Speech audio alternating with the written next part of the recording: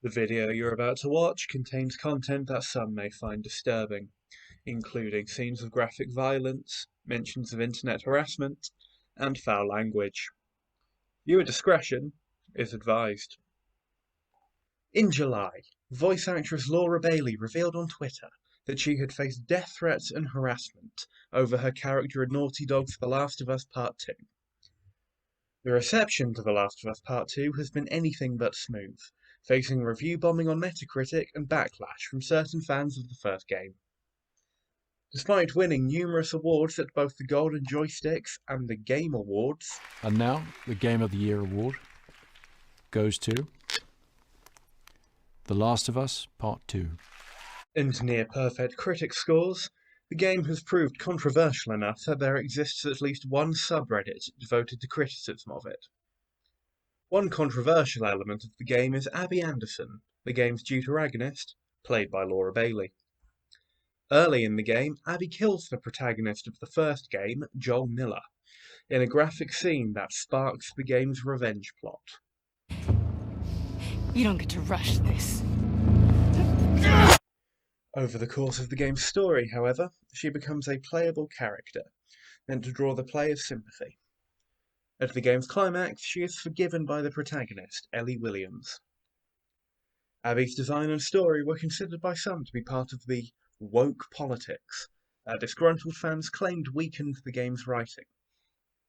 Despite her model being based off of a real bodybuilder, there were claims that her body was unrealistic, and detractors started to target the design. It was the death of popular character Joel, however, that sparked most of the vitriol and was mentioned in much of the harassment that Bailey faced. Aside from the threats directed at Laura Bailey, some of the threats also targeted her infant son Ronin, or her parents. Soon after Bailey revealed the harassment in early July, she was met with support from her colleagues and the gaming community.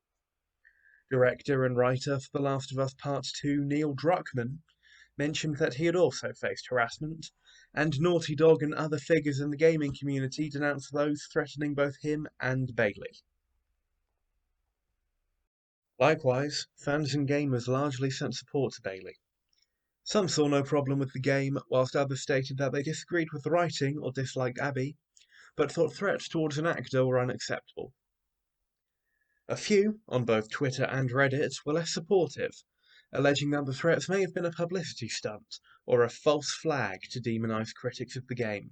In groups like the Last of Us 2 subreddit, several users attempted to hijack conversations criticizing the threats by accusing Bailey of referring to negative reviewers as bots or claiming she should have rejected the script. Overall, however, the response was positive, and Bailey later posted on Twitter to thank people for their support. The game continues to be divisive, but neither Laura Bailey nor her castmates have reported repeat of the barrage of abuse that Bailey received shortly after its release. Do you have thoughts regarding the contentious story of The Last of Us Part 2? Do you think internet death threats are a significant problem faced by those in the gaming industry? Please join in the conversation down below.